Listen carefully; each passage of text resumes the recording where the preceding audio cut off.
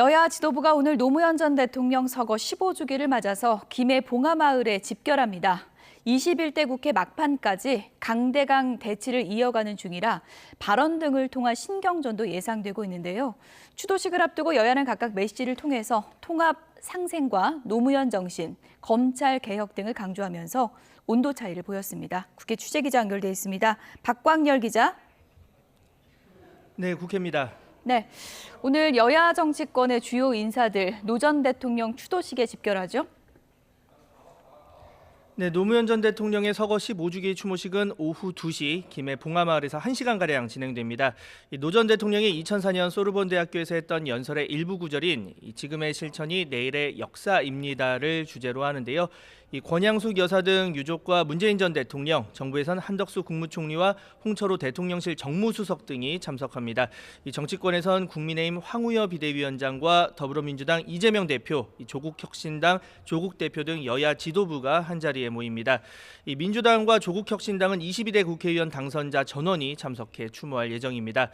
최근 여야 대치가 격화하는 상황에서 대화의 물꼬를 트는 역할을 할지 아니면 팽팽한 신경전이 이어질지 관심이 쏠리는데요. 황우여 비대위원장은 오전 지도부 회의에서 노 전 대통령은 당리당략보다 국민을 우선시하고 타협으로 문제를 푸는 정치문화 형성을 강조했다며 민주당 새 지도부가 노 전 대통령이 꿈꿨던 정치를 함께 실행했으면 좋겠다고 말했습니다. 들어보겠습니다. 통합과 상생의 정신을 강조하셨고 타협의 정치를 늘 강하게 주장하셨습니다. 모두에게 지금의 정치 이끌어가는 하나의 좋은 지표라고 생각합니다. 네, 민주당 이재명 대표는 노무현 정신을 강조했습니다. 자신의 SNS를 통해 이 어려움 속에서도 정치가 국민 삶을 바꿀 수 있다는 희망을 포기하지 않았던 노 전 대통령의 정신을 잊지 않겠다고 다짐했습니다. 이 조국혁신당 조국 대표는 노 전 대통령이 받았던 표적, 불공정 수사가 아직도 이어진다며 이 검찰 개혁을 22대 국회에서 완수하겠다고 말하기도 했습니다. 오늘 추도식에는 김경수 전 경남지사 등 민주당 내 친문계 주요 인사도 참석해 이 대표와의 만남 가능성도 주목되는 측면입니다. 오늘 추도식 끝난 뒤에는 황우여 위원장과 문재인 전 대통령이 만난다고요?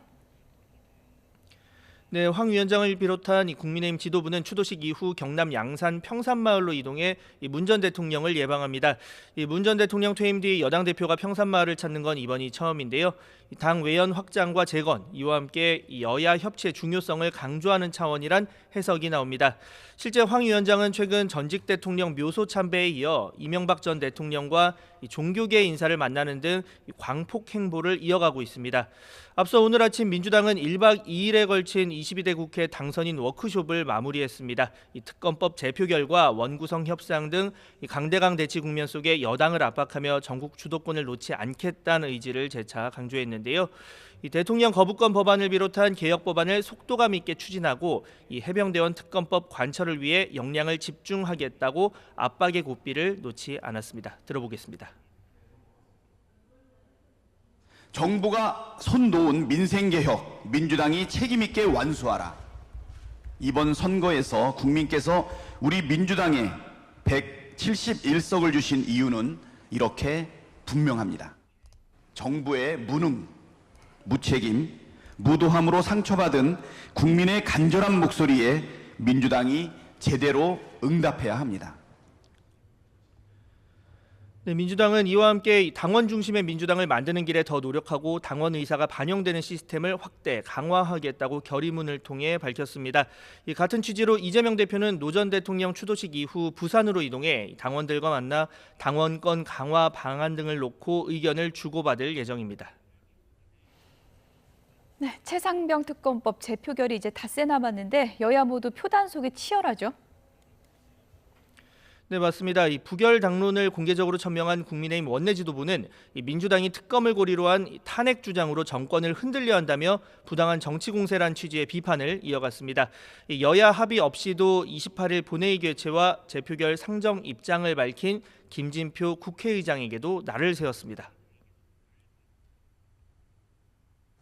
대통령의 헌법상 권한인 제2요구권을 행사했다는 이유로 탄핵을 운운하고 국회 밖으로 나가 막무가내로 장외 집회를 여는 게 과연 민주당이 원하는 정치입니까? 여야 합의 없는 독단적인 의사 일정 운영으로 오점을 남기지 않으시기 바랍니다. 동시에 이 개별 의원들의 전화나 면담을 통해 내부 단속 총력전에 돌입했습니다. 특검법 통과 여부뿐 아니라 이탈표 규모 역시 이 향후 전국 주도권의 중요 변수인 만큼 한 명의 이탈표라도 더 최소화하겠다는 건데요. 현재까지 안철수, 유이동, 김웅 이 세 명의 의원이 공개 찬성 의사를 밝힌 가운데 김웅 의원은 이탈표가 10표 가까이 나올 수 있다라고 주장하기도 했습니다. 이와 관련해 원내 핵심 관계자는 항상 최악을 대비한다면서도 10표까지는 되지 않을 것 같다고 내다봤습니다. 나아가 국민의힘 내에선 이 범야권 이탈표 가능성에도 무게를 두는 기대도 감지되는데요. 이 공천 과정에서 잡음이 심했던 만큼 범야권 낙선자 가운데서도 이 불출석 등의 방식으로 사실상 반대 의견이 있을 수 있다고 전망하기도 했습니다. 앞서 여당 의원 전원에 서한을 보내며 특검법 재표결 찬성을 촉구한 민주당은 이 여론전을 통해 찬성 압박 강도를 높이는 모양새입니다. 여당 내 낙선자 50여 명 위주로 개별 설득에 나섰는데요. 민주당 한 핵심 관계자는 아직 현 정부 임기가 3년 정도 남은 점을 거론하며 이 다수의 의원이 갈등 중일 거라는 관측을 내놓기도 했습니다. 앞서 김진표 국회의장은 28일 본회의 재표결 전까지 이 양당 원내 지도부를 향해 끝까지 수정 합의안에 노력해달라고 당부하기도 했는데요. 현재까지는 이 여야 모두 수정안 논의에 대해서 부정적인 기류가 우세한 상황입니다. 원구성 협상도 전국 뇌관인데 지금 진전이 없는 건가요? 네, 맞습니다. 이 법사위와 운영위원장직 놓고 이 여야가 평행선을 달리고 있습니다. 여야 일각에선 이 대통령실 현안을 담당하는 운영위는 여당에 내주고 대신 민주당이 이 법사위원장직을 차지하는 절충안이 협상 카드 하나로 거론되기도 했는데요. 관련해 민주당은 일단 이 같은 가능성을 일축했습니다. 22대 국회에서 개혁과 민생 과제를 모두 이루려면 이 법사위와 운영위 모두 확보할 필요가 있다는 겁니다. 개혁과 민생을 위해서 과감히 돌파하는 민주당이 되겠다. 이를 위해서 법사위 운영이 확보는 필수적인 과제다. 이렇게 진단을 했습니다. 과거에 그 원구성 협상에서 보여주었던 지리한 협상 이런 거 더 이상 하지 않겠다. 네, 다만 야권 일각에선 전략을 꺼내놓고 거론할 수는 없지만 가능성을 완전히 닫아선 안 된다는 주장도 제기되는데요. 김영배 의원은 라디오 인터뷰에서 물러서기 쉽지 않은 이슈지만 극적인 타협 가능성이 없는 건 아니라고 언급했습니다. 여당 역시 원구성 협상과 관련해 물러설 수 없다는 입장입니다. 원내 핵심 관계자는 YTN과의 통화에서 운영위를 받고 법사위를 내주는 등의 협상 전략 가능성에 대해 이 원내 2당이 법사위원장을 맡았던 관례를 거론하며 절대 불가하다고 못 박았습니다. 이 협상 시한이 보름 정도 남은 가운데 아직은 협상의 주도권을 놓지 않겠다는 의미로 풀이되는데요. 또 다른 원내 관계자는 아직 협상이 멈춘 건 아니라며 이 원내 지도부를 중심으로 물밑 협상을 이어가고 있다고 설명하기도 했습니다. 지금까지 국회에서 YTN 박광렬입니다.